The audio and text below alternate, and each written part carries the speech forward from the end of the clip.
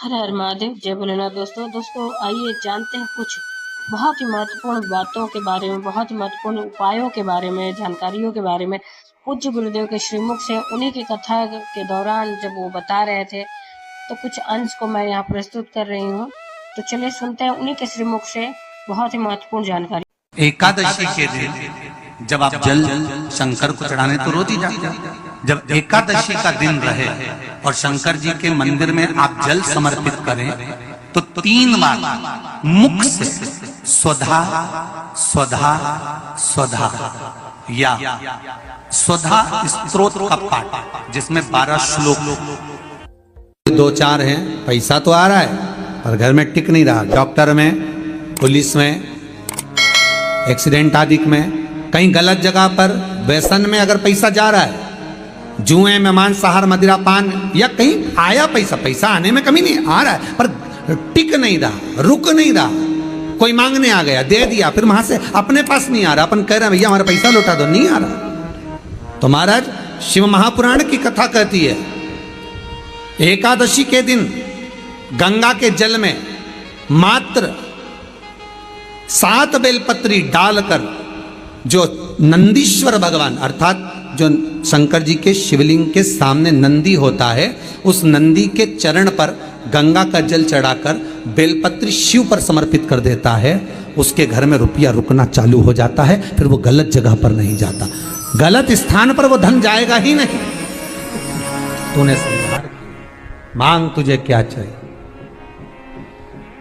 एकादशी ने भगवान विष्णु से कहा, नाथ प्रभु वर दे दो, मृत्यु लोक में जो मनुष्य मेरा व्रत करेगा, चाहे जलचर, थलचर, वायुचर या सांसारिक मनुष्य, मेरा अगर एकादशी का व्रत करेगा, प्रभु उसके यहाँ धन धान्य वैभव सुख संपदा बढ़ेगी और उस जीवात्मा को नरक नहीं भोगना पड़ेगा, सीधे बैकुंठ का उसको वास मिलेगा।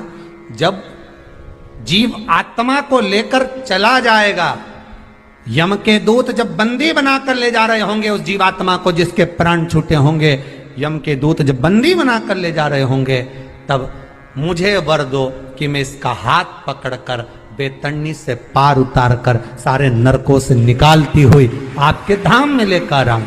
भगवान ने वर दे दिया, तथास्तु। हे एकादशी सुनो, मृत्यु लोक का मनुष्य अन्न का त्याग कर कर, क्योंकि अन्न में एकादशी के दिन पाप पुरुष रहता है, अन्न का त्याग कर कर एकादशी के दिन जो मनुष्य तुम्हारा व्रत धारण करेगा, उस व्रत को करेगा और उस व्रत को धारण करेगा, उसकी मनोकामना पूर्ण होकर वो मेरे ही धाम को जाएगा। ये तो हुआ एकादशी के जन्म की कथा।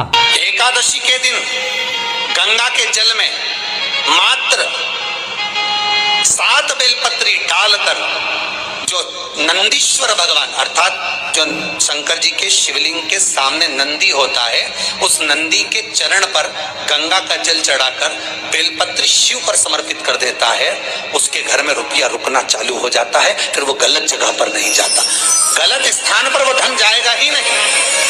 बेटा अगर व्यसन में पड़ा हुआ है, मदिरा पान में पड़ा हुआ है, मांसाहार में, जुए आदि में जा रहा है, तुम्हें लग रहा है कि मेरा बेटा गलत मार्ग पर जा रहा है, ये मित्र दोस्ती गलत हो रही है, वो सही जगह पर आ जाए। करना है एकादशी।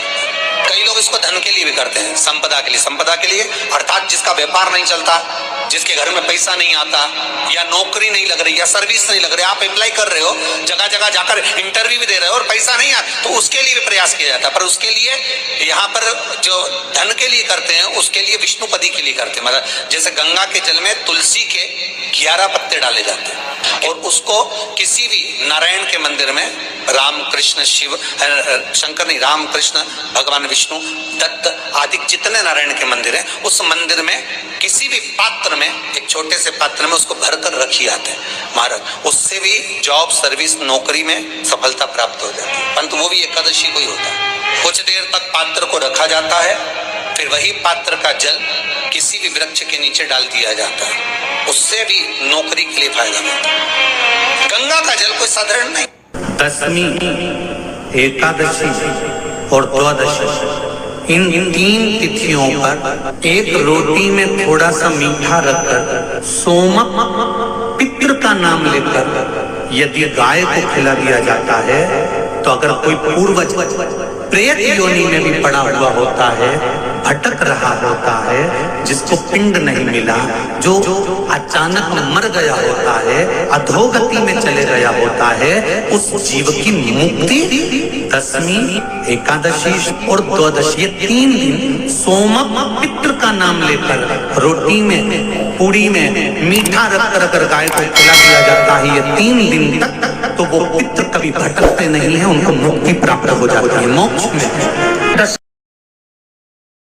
नहीं, एकादशी है कौन, क्यों इसकी इतनी प्रधानता है, क्यों इसकी पुण्यता है, ऐसा क्या है एकादशी में जो इसकी पुण्यता मानी जाए? कौन है ये जो भगवान नारायण तक एकादशी का व्रत करते हैं? सुभद्रा जी को भगवान जगन्नाथ ने, जगदीश ने एकादशी का व्रत कराया था। बद्रीनारायण भगवान को माता लक्ष्मी ने एकादशी का व्रत कराया था। क्यों? चंद्रायण एकादशी व्रत की माता। एकादशी है कौन? तो कहा जिसको व्रत करने पर भगवान नारायण भी जिसका व्रत करते हो, भगवान माता लक्ष्मी जिसका व्रत करती हो, वो एकादशी है कौन? तो शास्त्र वर्णन करता है महाराज, स्कंद पुराण का सुंदर चातुर्मास्य खंड के अंतर्गत वर्णन आया है महाराज। एक बार भगवान विष्णु आनंद में विराजमान थे, पद्मावती और माता लक्ष्मी दोनों उनके पास में विराजी हुई थी।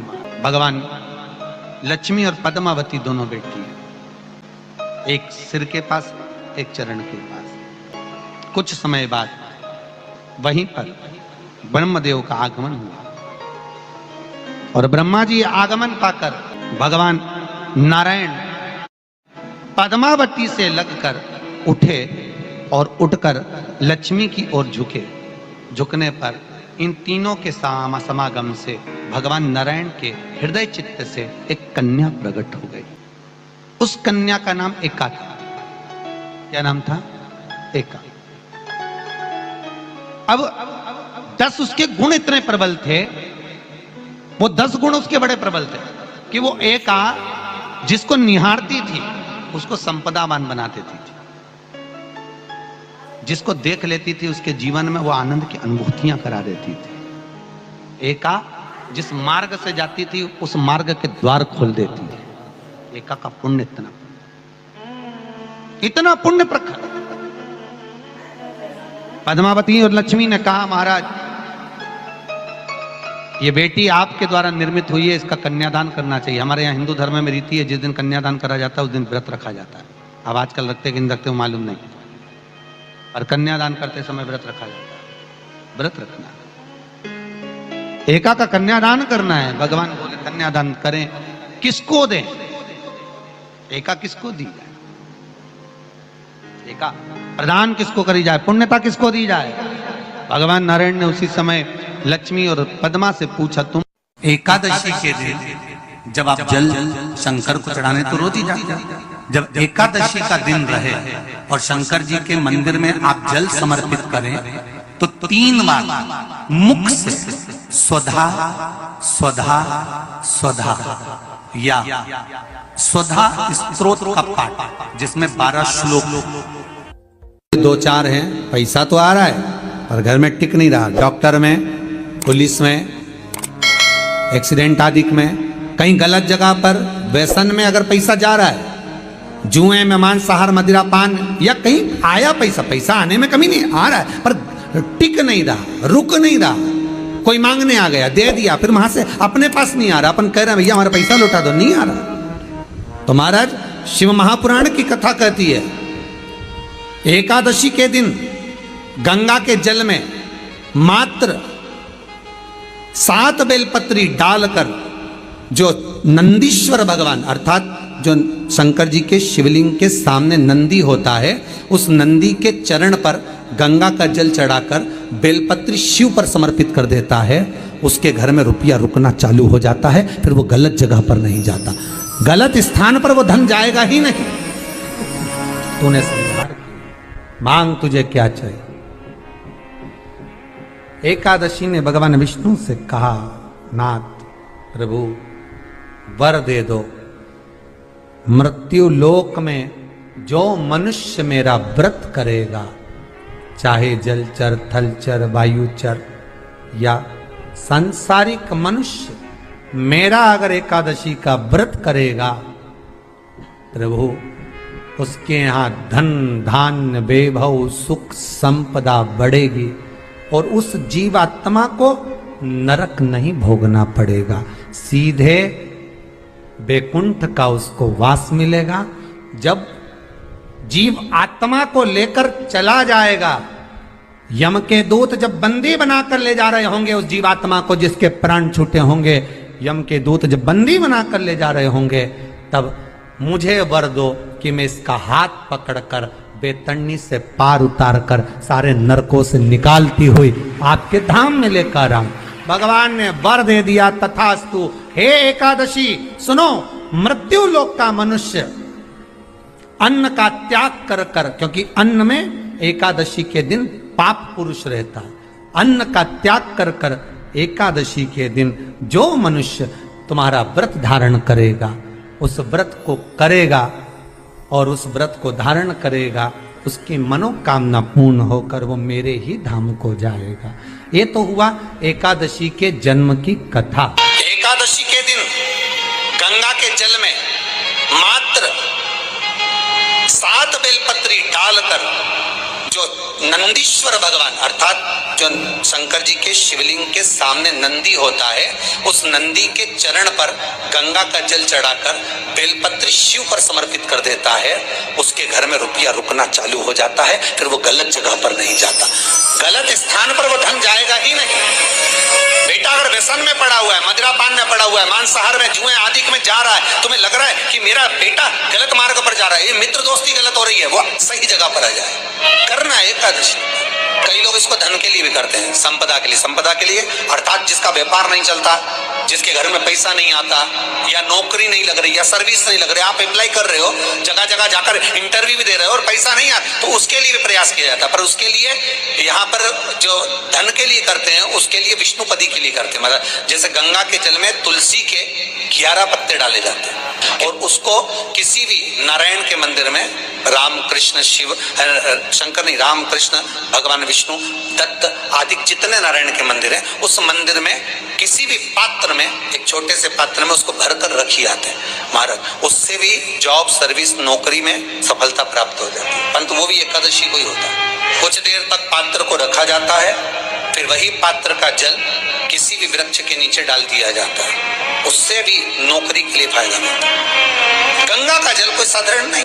दशमी, एकादशी और द्वादशी, इन 3 तिथियों पर एक रोटी में थोड़ा सा मीठा रखकर सोमक पितृ का नाम लेकर यदि गाय को खिला दिया जाता है, तो अगर कोई पूर्वज प्रेत योनि में भी पड़ा हुआ होता है, भटक रहा होता है, जिसको पिंड नहीं मिला, जो अचानक मर गया होता है, अधोगति में चले गया होता है, उस जीव की मुक्ति दशमी, एकादशी और द्वादशी, 3 दिन सोमक पितृ का नाम लेकर रोटी में, पूड़ी में मीठा रखकर अगर गाय को खिला दिया जाता है ये 3 दिन तक, तो वो पितृ कभी भटकते नहीं है, उनको मुक्ति प्राप्त हो जाती है, मोक्ष में। तो उम्मीद करते हैं जानकारी आपको अच्छी और उपयोगी लगी होगी। अगर अच्छी और उपयोगी लगी तो एक लाइक छोटा सा अवश्य करिए। आप पहली बार मेरे चैनल पे आए तो मेरे चैनल को सब्सक्राइब करिए, बेल नोटिफिकेशन अवश्य दबाइए, जिससे आने वाले वीडियो आपको समय से प्राप्त होते हैं। दोस्तों कोई भी प्रश्न या सुझाव कमेंट बॉक्स में लिख सकते हैं। फिर मिलते हैं दोस्तों एक नई जानकारी के साथ नए वीडियो में। तब तक के लिए जय भोलेनाथ, हर हर महादेव, श्री शिवाय नमस्तुभ्यम। धन्यवाद दोस्तों।